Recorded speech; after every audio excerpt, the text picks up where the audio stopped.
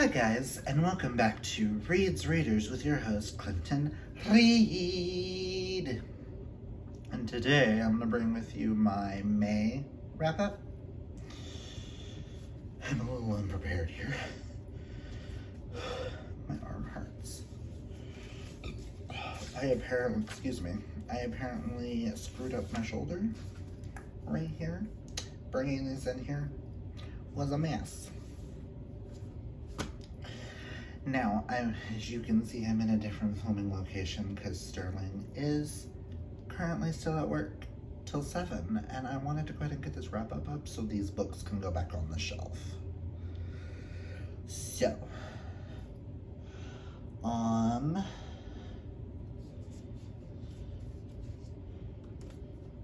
let's just get into this wrap-up so that I can upload some videos and cook dinner.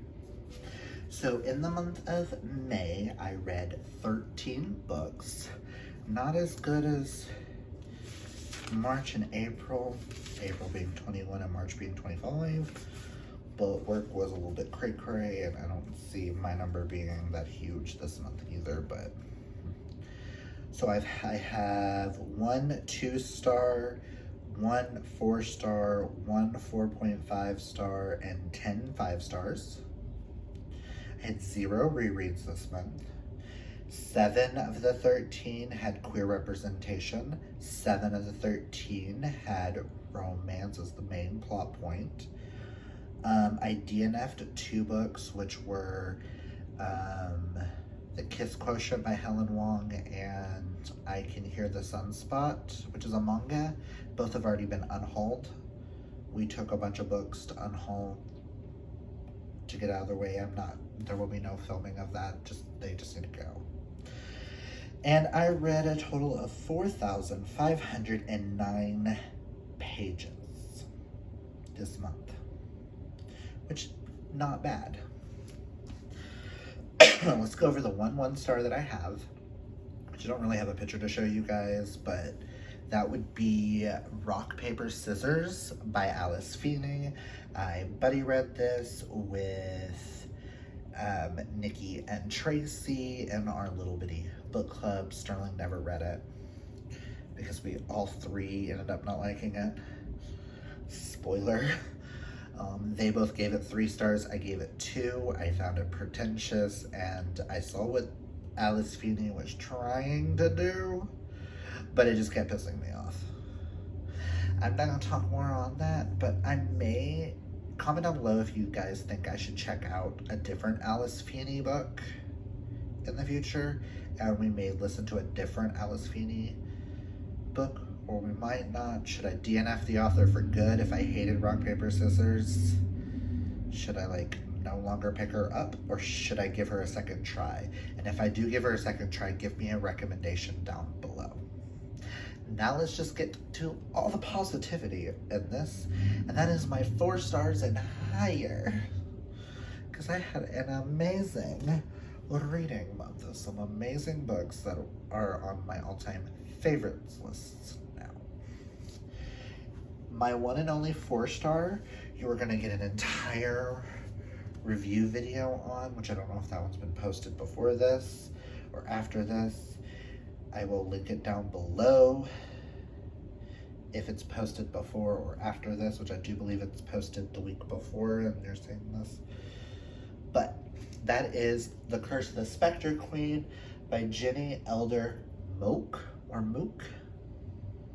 I'm not going to go very much into this, but this is pretty much an Indiana Jones gets a refresh with female-driven mystery adventure set in the 1920s, full of ciphers, ancient relics, and heart-stopping action. This is perfect for if you're a huge fan of The Mummy or National Treasures or The Librarians, stuff like that. I highly, highly, highly recommend this series. I will link the video for this down below. I absolutely love this series. I read and reviewed the second one.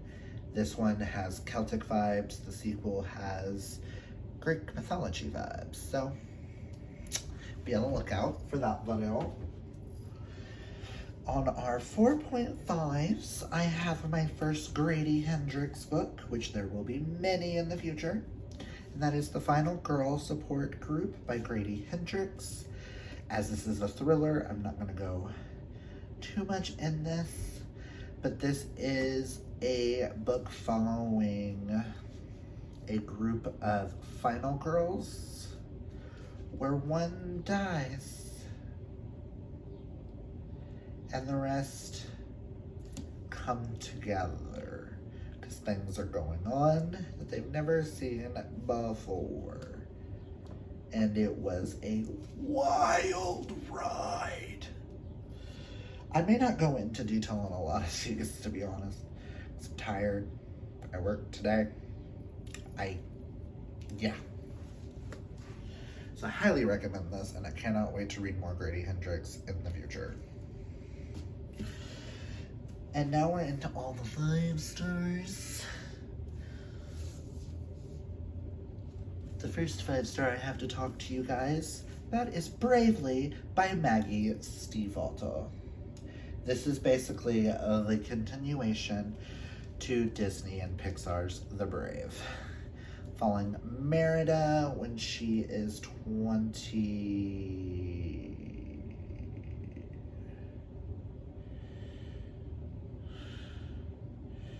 Oh no, she's a young lady. She went on her little tour, came back, and she made a deal with the 2 gods, the Calic and Faradok.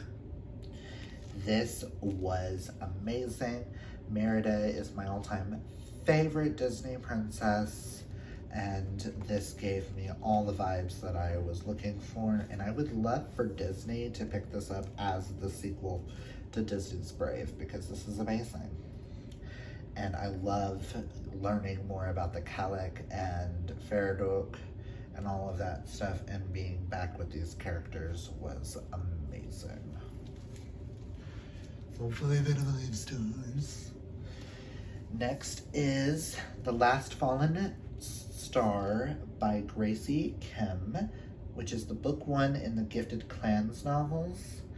This is Rick Riordan. All I'm going to say about this, because I will have a review of this as well for Disney, is this follows Riley O with Korean witches and gods. That's all I'm really going to say on this right now, because I will link, I don't know if the review of this is up before this or the same day as this, I will link it down below when it is.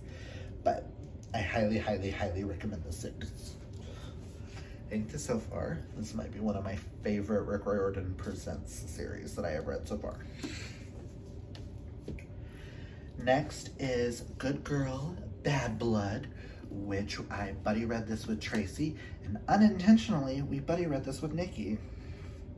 This is book 2 to A Good Girl's Guide to Murder, following Pip is not a detective anymore and things that happen, and this was a wild ride. If you do not know what A Good Girl's Guide to Murder is, it's a girl who is doing a case from the town for her final senior project, and she wants to solve a mystery because she doesn't think who they blame did it. And this is just the continuation of that. I will state, so far, Holly Jackson gives me no wrong.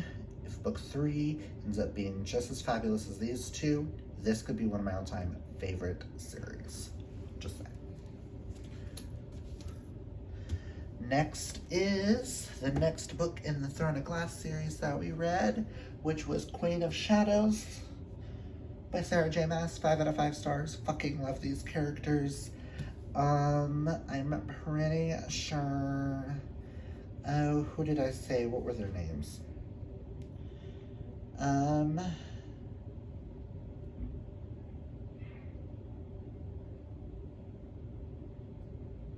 Hold on.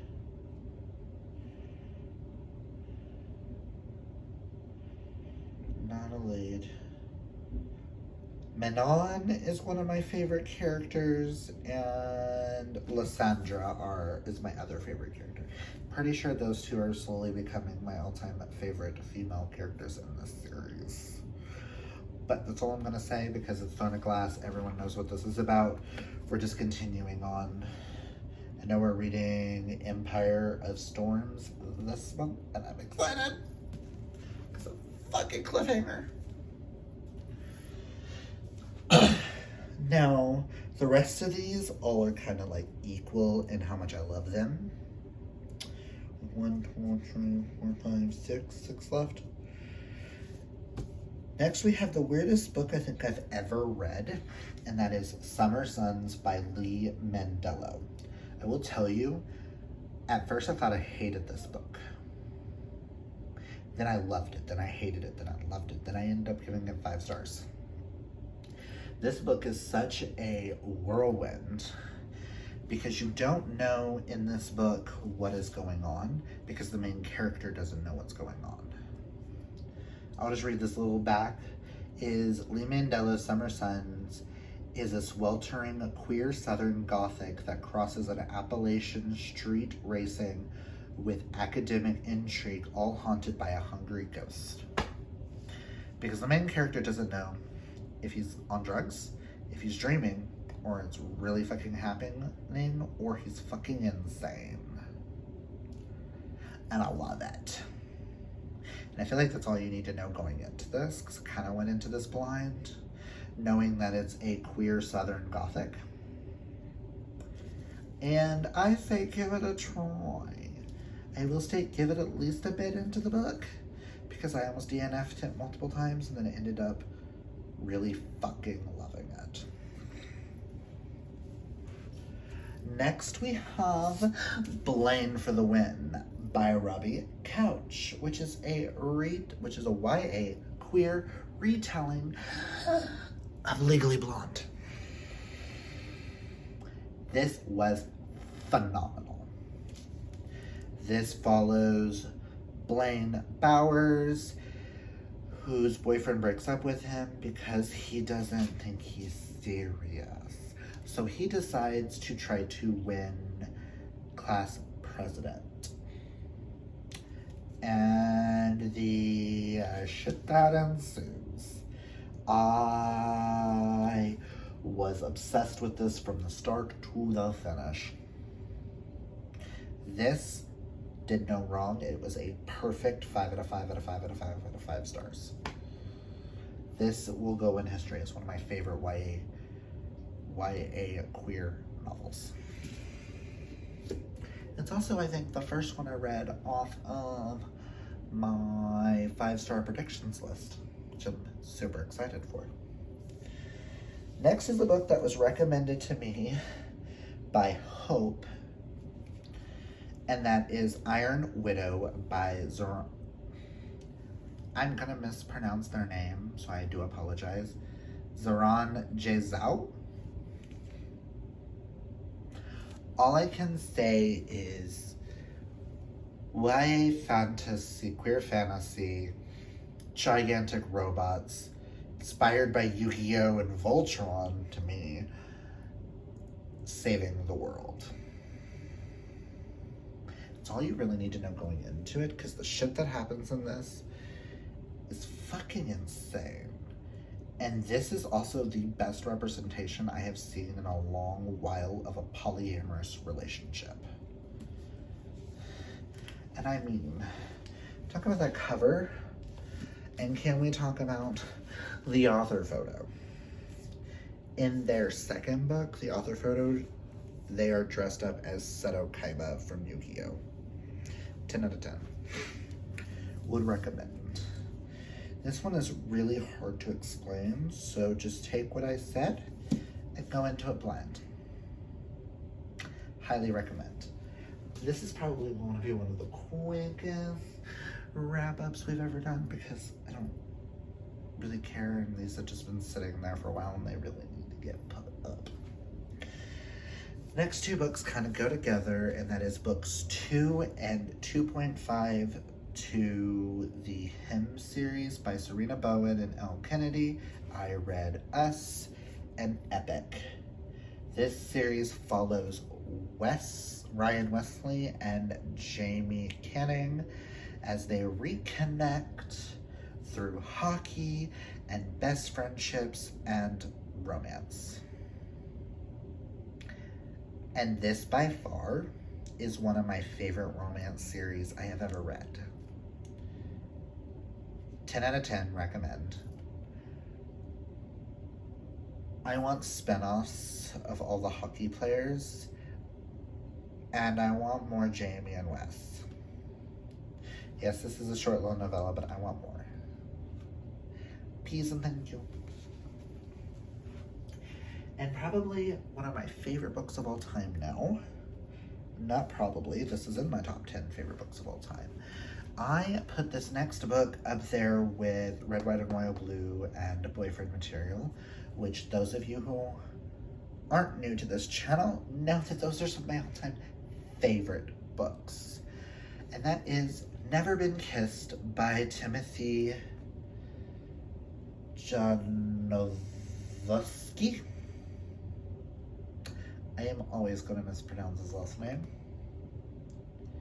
But this follows Roland, who one night gets drunk, decides he's going to email out the emails that he's always had typed up that he never thought he would ever send to his crushes, his almost kisses. He's never been kissed.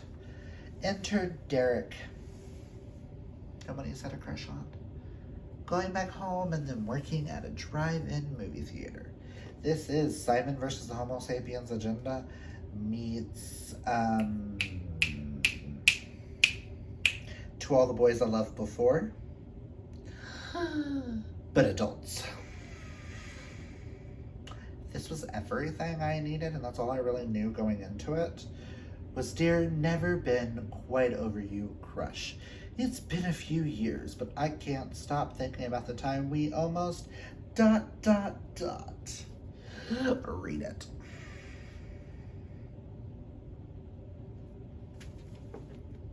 Take it, read it now. Read it now. Now. It is Pride Month. Fucking read this. This will be in my tops of the year. Probably top 3 of the year. Because this is fucking phenomenal. And you can't tell me otherwise. Because I can tell you now, I will be rereading this every year. Just like I do with Red, White, and Royal Blue and Boyfriend Material. And I cannot wait for more books from this author. And yeah. Those are the 13 books that I read this month in May. Comment down below, let me know if you've read any of them. Did I inspire you to read any of them? If I did, really hope it's this one, because it's super cute. It's a feel-good summer LGBTQI plus new adult romance, perfect for fans of Red, White, and Royal Blue, Boyfriend Material, and What If It's Us. I will also state that this has really good demisexual representation as well as male. But yeah, if you like this video, hit that thumbs up, and if you're new, might as well hit that subscribe so you can see all the queer books that I'm reading or not reading in June. It's been a month. I have finished 3.5 books, I think. It's the 13th. But that's all I've got for you guys. Remember, kids, always be fabulously yourself. Until next time, bye.